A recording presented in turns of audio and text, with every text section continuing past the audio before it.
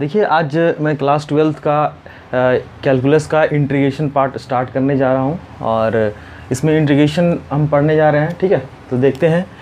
Integration में दो चीज़ आता है, एक इंडेफिनिट और डेफिनिट। ठीक है, तो इसमें इंडेफिनिट इंटीग्रल में हमारा इंडेफिनिट इसलिए पड़ा क्योंकि इंडेफिनिट में हमारा जो इंटीग्रेशन का वैल्यू होता है वो फिक्स नहीं होता है और इंडेफिनिट में क्या होता है, वैल्यू फिक्स देता है, इसलिए इसका नाम इंडेफिनिट पड़ा। तो इन जनरल हम थोड़ा सा देखते हैं इसका डेफिनेशन के बारे में कि इंटीग्रेशन डेफिनेशन क्या होता है। देखिए, आपको इंटीग्रेशन पढ़ने से पहले आपको डिफरेंशिएशन में बहुत अच्छी तरह से कमांड होना चाहिए। मतलब एक्चुअली इंटीग्रेशन जो है वो डिफरेंशिएशन का इन्वर्स प्रोसेस है, इसी को हम लोग इंटीग्रेशन कहते हैं। तो अगर डिफरेंशिएशन अच्छे से नहीं आता है तो आप इंटीग्रेशन कैसे सीखेंगे? इसलिए आपको डिफरेंशिएशन अच्छी तरह से आना चाहिए और आई होप आप अच्छी तरह से डिफरेंशिएशन किए होंगे। तो देखिए, अगर नहीं किए होंगे तो आप वीडियो में जाके देख लीजिएगा, डिफरेंशिएशन का भी प्लेलिस्ट में रहेगा। ठीक है, तो देखिए सबसे पहले देखते हैं डेफिनेशन कि इंटीग्रेशन का डेफिनेशन क्या है। तो इंटीग्रेशन इज़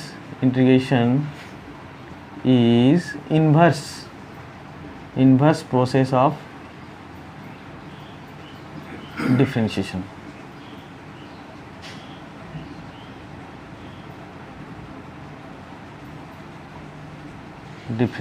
ठीक है, तो देखिए इसको हम लोग क्या पढ़ देते हैं, डी बाई डी एक्स या डी अपॉन डी एक्स, मतलब derivative with respect to x. ठीक है, तो यहाँ पे कोई फंक्शन होता था एफ एक्स, इसका डेरिवेटिव करते थे तो क्या मिलता था मुझे, एफ डैश एक्स मिलता था। ठीक है, तो देखिए derivative with respect to x, अगर कोई फंक्शन के साथ यहाँ पे फंक्शन और प्लस कोई कांस्टेंट सी रहा, फिर भी आप डेरिवेटिव कीजिए, क्या मिल रहा है। देखिए derivative with respect to x, f x का डेरिवेटिव किए, क्या मिला, एफ डैश एक्स, और कांस्टेंट का डेरिवेटिव क्या मिला, 0। तो देखिए किसी तरह का आप डेरिवेटिव करो, यहाँ फंक्शन के साथ कुछ भी कांस्टेंट हो, सी का मतलब एनी कांस्टेंट। ठीक है, एनी कांस्टेंट, कुछ भी कांस्टेंट हो, तो 5, 4, 6, 7 कुछ भी हो, तो आपका क्या मिल रहा है, एफ डैश एक्स प्लस 0। मतलब यहाँ सी कुछ भी रखें, हम कुछ भी वैल्यू सी में, सी के कोई भी कांस्टेंट रखे, हमारा एफ डैश सी फाइनली आ रहा है और इसका तो 0 हो जा रहा है क्योंकि derivative of any constant is 0। ठीक है, तो देखिए, तो इसी तरह अगर हमको मतलब देखिए सबसे बड़ी बात है क्या, integration is the inverse process of differentiation, इसका डेफिनेशन ही बोल रहा है, तो इसका मतलब हम इसको इंटीग्रेशन करेंगे तो ये आना चाहिए। ठीक है, तो देखिए इंटीग्रेशन का सिंबल ऐसे होता है, और एक इंटीग्रेशन आप लोग फिजिक्स में पढ़े होंगे ऐसे। ठीक है, ये इंटीग्रेशन का साइन क्या है पता है? देखिए इस इंटीग्रेशन का साइन पता है? नहीं, ये क्लोज इंटरवल के लिए किया जाता है। जैसे ये इंटीग्रेशन है क्लोज, किसी भी क्लोज इंटरवल के लिए किया जाता है, लेकिन ये ठीक है, तो इसको फिजिक्स में आप देखे होंगे। छोड़िए, इसके बारे में पहले जानते हैं कि एफ डैश एक्स यहाँ पे हमने लिखा, एफ डैश एक्स है ना, और यहाँ पे डी एक्स। देखिए ये डी एक्स, देखिए यहाँ पे डी एक्स जो है वो इंटीग्रेशन किस फंक्शन में इंटीग्रेट हो रहा है, मतलब फंक्शन यहाँ पे क्या है, यहाँ फंक्शन x के फॉर्म में है तो यहाँ dx होगा, y के फॉर्म में है तो dy होगा। ठीक है, मतलब dx क्या है कि dx किस फंक्शन में इंटीग्रेबल हो रहा है, फंक्शन जो है वो इंटीग्रेशन किसके रिस्पेक्ट में हो रहा है, ये क्या है, dx है। ठीक है, तो ये क्लियर है। तो देखिए F x D x, F dash D x लिखे हम, इसका मतलब ये आना चाहिए, तो हमारा क्या मिलता है, एफ एक्स प्लस सी।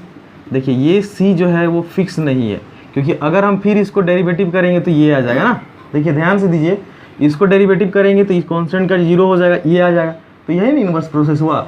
अगर आपको क्लियर नहीं होता है तो डोंट वरी, एक एग्जांपल देते हैं, सारा क्लियर होगा। जैसे मान लीजिए अब एक्स डी एक्स को इंटीग्रेशन करते हैं। फर्स्ट फार्मूला क्या होता है इंटीग्रेशन का, जैसे x to the power n dx, तो क्या होता है x n plus 1 by n plus 1 plus c. ये तो ठीक है ना, इसी फार्मूला का अप्लाई करते हैं, यहाँ पे कितना है, 1 है, तो इसका इंटीग्रेशन क्या हो जाएगा, एक्स स्क्वायर प्लस 2 प्लस सी।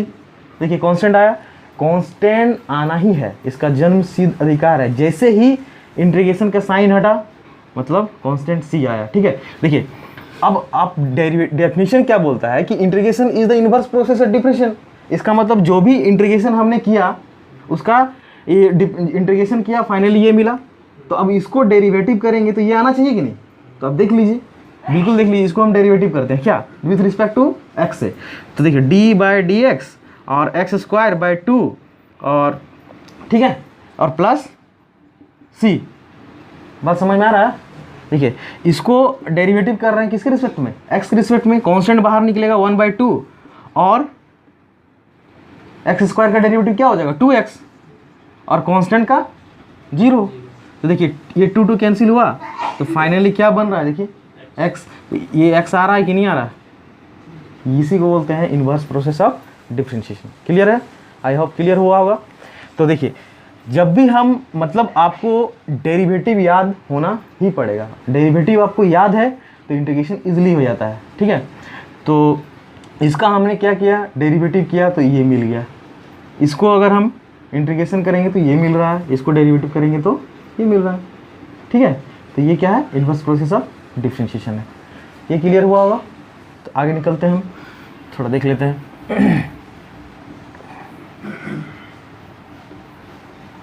तो देखिए एक चीज़ मैं बताना चाहता हूँ, इंटीग्रेशन का ज्योमेट्रिकल इंटरप्रिटेशन। ठीक है, वो बहुत इंपॉर्टेंट है, आपका एनसीईआरटी में एग्जाम्पल में दिया हुआ है, थोड़ा देख लीजिए उसका इंटरप्रिटेशन कैसे होता है। मैंने अभी जो जस्ट एग्जाम्पल लिया था एक्स डी एक्स, उसी को ठीक है फाइनल करने जा रहे हैं। तो इसका इंटीग्रेशन हमने क्या देखा था अभी, x square by 2 plus c, देखा ना, c is the integral constant, c is the integral constant. ठीक है, तो देखिए यहाँ पे आप ये जो फाइनली मेरा बना वो कैसा ग्राफ को रिप्रेजेंट करता है पता है, पैराबोलिक ग्राफ है, x square y equal to x square, अरे एक्स स्क्वायर बाई टी है ना, ये function y equal to x square by 2, तो कैसा ग्राफ है, पैराबोलिक ग्राफ है। ठीक है, तो देखिए ये y इक्वल टू मेरा क्या मिला, एक्स स्क्वायर बाई 2 प्लस सी। देखिए c यहाँ पे किस पे पास कर रहा है, ग्राफ 0 पे, तो यहाँ पे c के जगह पे क्या होगा, 0 होगा। बात समझ में आ रहा है? देखिए यहाँ पे क्या हो रहा है, 1 पे, तो देखिए एक्स स्क्वायर बाई 2 प्लस 1 हो जाएगा, होगा कि नहीं?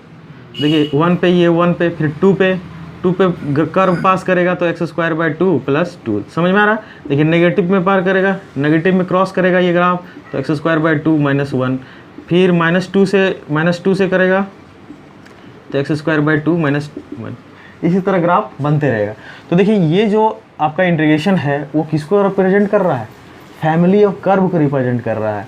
तो आपसे कोई पूछे कि what is the geometrical interpretation of the integration, तो आपका जवाब क्या होगा, it is represent family of curves. Okay, तो देखिए और इसमें किसी भी पॉइंट पे, अब देखिए किसी भी पॉइंट पे आप इसको कर्व ड्रॉ कीजिएगा तो क्या होता है, पैरेलल हो रहा है ना। तो देखिए सबसे पहले इसको हम लोग लिखते हैं ज्योमेट्रिकल मीनिंग या इंटरप्रिटेशन। ठीक है,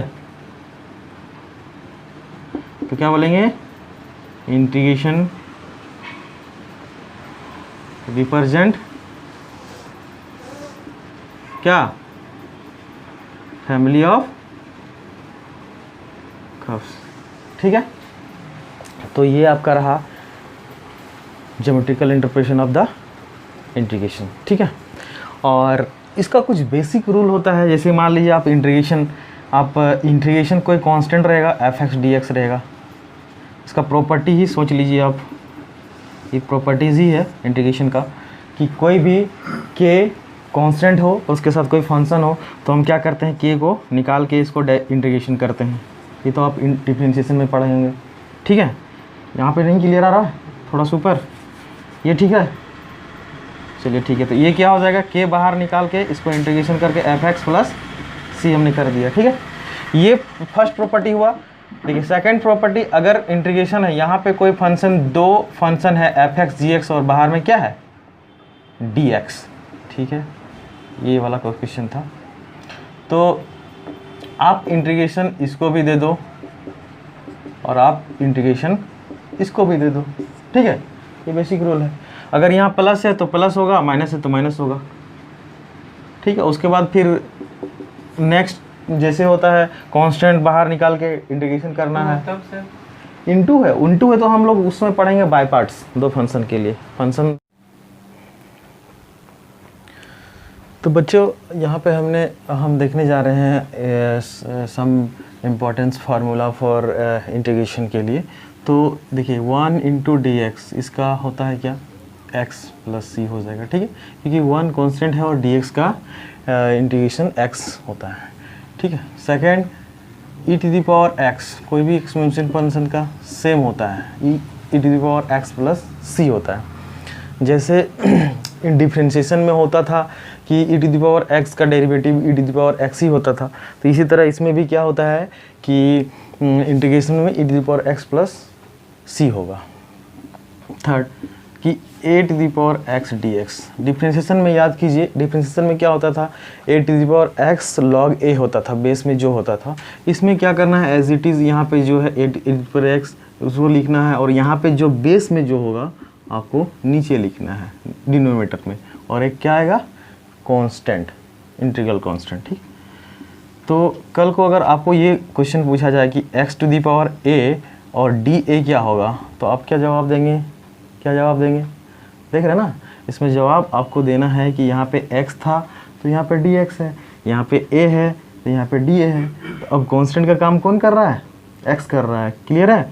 तो यहाँ पे आप इसको एज इट इज़ लिखेंगे x to the power a by log x plus c, समझ में आ रहा है ना आपको, ठीक है। तो देखिए इसमें अगर आपको एक एग्जांपल मैं बताना चाहता हूँ कि अगर यहाँ पे इंटीग्रेशन दे दे 5 to the power x dx, तो आप क्या लिखोगे, सेम लिखना है, सेम, उसके बाद बेस में जो है वो आपको डिनोमिनेटर में लिखना है प्लस सी, आंसर हो गया ना, ठीक है। तो ये हो गया आपका थर्ड फार्मूला। फोर्थ फार्मूला हो गया integration of sine x, sine x का क्या हो जाएगा, माइनस कॉस एक्स प्लस सी, और 5 नंबर में होगा इंटीग्रेशन ऑफ कॉस एक्स। देखिए dx लगेगा ही dx, ठीक है, तो यहाँ पे क्या हो जाएगा, साइन एक्स प्लस सी, ठीक है। इतना अब फार्मूला लिखिए। इसके बाद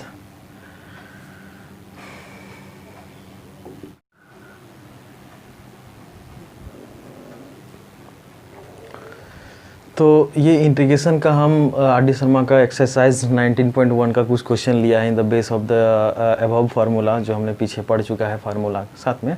तो देखते हैं, देखिए ये फार्मूला जो है आपका, ये x to the power n dx था, जिसमें आप एक प्लस करते थे और नीचे भी वही करते थे ना। तो इसमें क्या हो जाएगा, x टू दी पावर 5, एक प्लस करेंगे तो 4 + 1 बाय 4 + 1 है ना, प्लस सी, तो finally x + x power 5 by 5 + 1 बनेगा आंसर। ये आप क्या करेंगे, एक इसमें भी आप प्लस करेंगे तो 1/4 + 1 बाय 5/4 + 1। जब आपको प्रैक्टिस हो जाएगा तो आप डायरेक्ट कर सकते हैं। तो x टू दी पावर कितना हो जाएगा, 9/4, x टू दी पावर हो जाएगा आपका x टू दी पावर 9/4, और नीचे हो जाएगा फिर 9/4, तो यहाँ पे बन जाएगा 4/9, ठीक है, 4/9 बन जाएगा, ठीक है। तो x टू दी पावर हो जाएगा आपका 9/4, और ये नीचे भी उतना ही बनेगा, तो 4/9 प्लस सी हो जाएगा। यहाँ पे देखिए आप इसको आप ऊपर ले जाइए, x टू दी पावर -5 बनेगा dx, तो एक प्लस कीजिए तो x टू दी पावर कितना हो जाएगा, -4/-4, यहाँ पे भी हो जाएगा प्लस सी। इसको एडजस्ट करके आप आंसर लिख दीजिए, ठीक है। इसमें देखिए a to the power x का इंटीग्रेशन हमने बताया था, ये देखिए x to the power a to the power x वाला फार्मूला था ना, तो एज इट इज़ आपको लिखना है, और लॉग ऑफ बेस में जो रहेगा ए, तो आपको एज इट इज़ सेम लिखना है। यहाँ पे कितना हो जाएगा 3x, और नीचे कितना हो जाएगा, जितना बेस होगा, तो यहाँ पे 3 है तो log 3 हो जाएगा प्लस सी, ठीक है। ये हो गया आपका। देखिए 5 नंबर में आप देखिए ये पावर जो है, ये यहाँ पे 3 का पावर 2 log बेस 3x है, तो ये पावर यहाँ पे चल जाता है, ये log का प्रॉपर्टी है। तो यहाँ पे कितना हो जाएगा 3 log 3x स्क्वायर, ये यहाँ पावर इसका चढ़ जाएगा ना, तो पावर हो जाएगा। तो इधर कितना हो जाएगा फाइनली, ये देखिए ये लॉग का प्रॉपर्टीज़ है, इसका वैल्यू कैंसिलेशन 1 हो जाता है, और यहाँ पे हमको क्या मिल रहा है, x to the x square dx, और इसका इंटीग्रेशन होता है x to the power 3 plus c, ठीक है। तो ये रहा आपका इंटीग्रेशन। ये देखिए ये भी लॉग का प्रॉपर्टीज़ है, आप इसको एक फार्मूला होता है लॉग बेस फार्मूला, ठीक ना। तो आप लॉग, ये log x और log x में ये है तो कट जाएगा, तो फाइनली 1 होता है, ठीक। ठीक है। तो ये प्रॉपर्टी है, आप प्रॉपर्टी के याद रख लीजिए कि अगर बेस और ये सेम हो जाता है तो वैल्यू 1 होता है, तो यहाँ पे 1 इंटू डी एक्स हो जाएगा, और 1 इंटू डी एक्स का इंटीग्रेशन हम बताए थे कितना होता है x प्लस सी। तो ये आप इसके बाद एक्सरसाइज 19 पॉइंट का रिमेनिंग क्वेश्चन हम बनाते हैं। तब तक के लिए बाय, धन्यवाद।